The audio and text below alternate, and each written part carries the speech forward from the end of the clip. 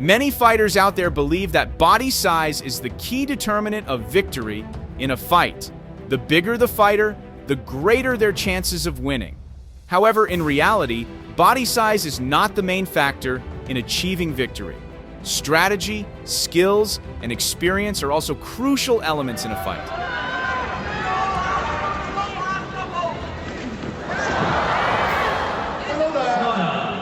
Take this fight as an example. At first glance, the two opponents seem mismatched. One has a significantly larger build, while the other is much smaller. But does that automatically mean the smaller fighter's destined to lose? Surprisingly, the smaller fighter's punches packed a real punch, appearing to be incredibly powerful and painful.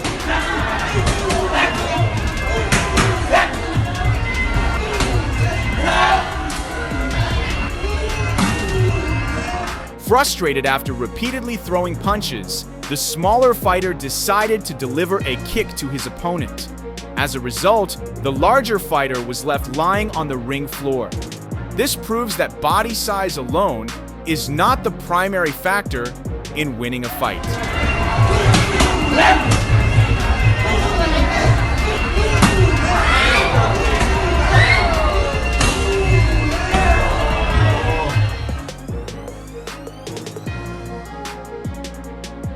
The same goes for the fight between Genki Pseudo and the much larger Butterbean. So, how did Pseudo manage to defeat a giant like Butterbean? Throughout the fight, Pseudo appeared cautious and avoided making reckless moves. He was far from careless when launching attacks against Butterbean. Even when Butterbean attempted to close in on him, Pseudo continued to evade. This clearly showed that Pseudo was looking for the perfect opening.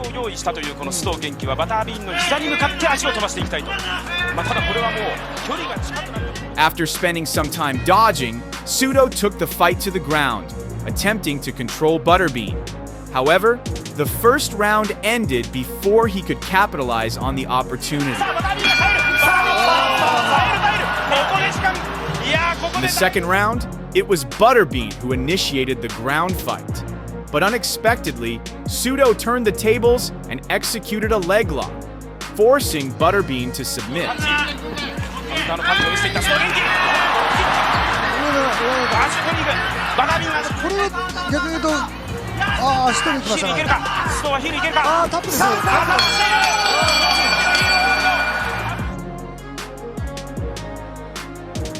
Similar to his previous fights, this time Frye had to face an opponent much larger than himself, Akebono, who weighed an astonishing 514 pounds. The big question was, could Frye handle such a massive opponent?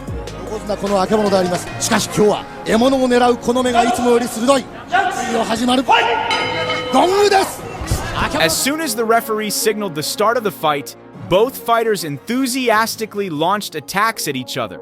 However, it was evident that Akebono came out very aggressively against Frye in the early stages of the match.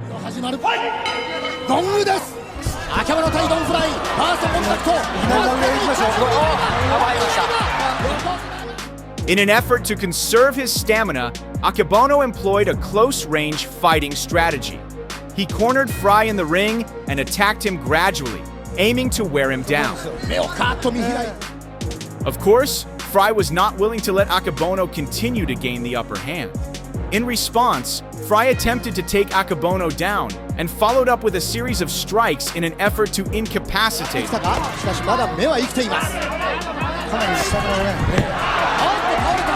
Realizing that his strikes were not entirely effective, Frye shifted his strategy by moving to Akebono's head and locking him in a submission hold.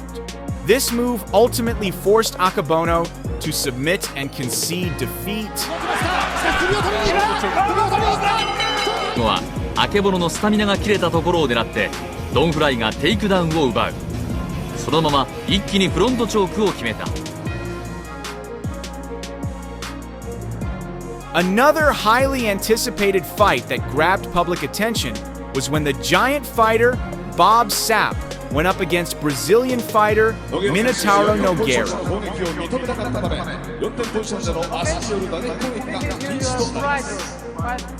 However, the outcome of the fight turned out to be completely unexpected. Right from the start, Sapp displayed his aggressiveness, launching brutal attacks that made it clear Nogueira was struggling to keep up. In the first round, Sapp unleashed relentless attacks, leaving Nogueira with almost no chance to counter. By the end of the round, Nogueira had taken another heavy beating.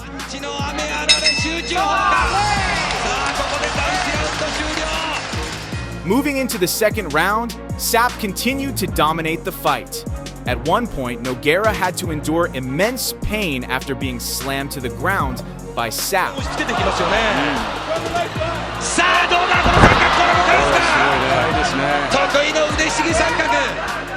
But in an unexpected turn of events, Nogueira seized a golden opportunity. He managed to catch Sapp off guard and locked his arm in a submission hold. This forced Sapp to tap out, handing Nogueira the victory.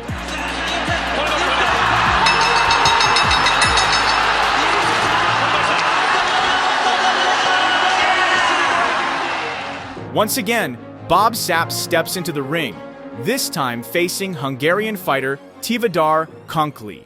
Will Sapp claim victory this time, or will he suffer the same fate as before? As in his previous fights, Sapp started strong, showcasing his trademark aggressiveness from the opening bell. His relentless attacks made it difficult for Kley to keep up with the pace of the fight. Sapp azonnal ráveti magát a magyarra.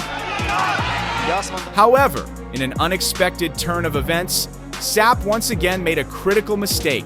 He lost his focus, allowing Kley to capitalize and launch a series of attacks freely.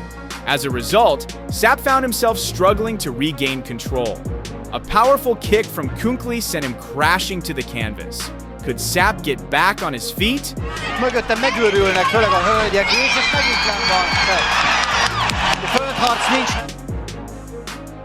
Unfortunately, the answer was no. A devastating punch from Kley ultimately brought the towering Sapp down to the mat, forcing the referee to step in and stop the fight.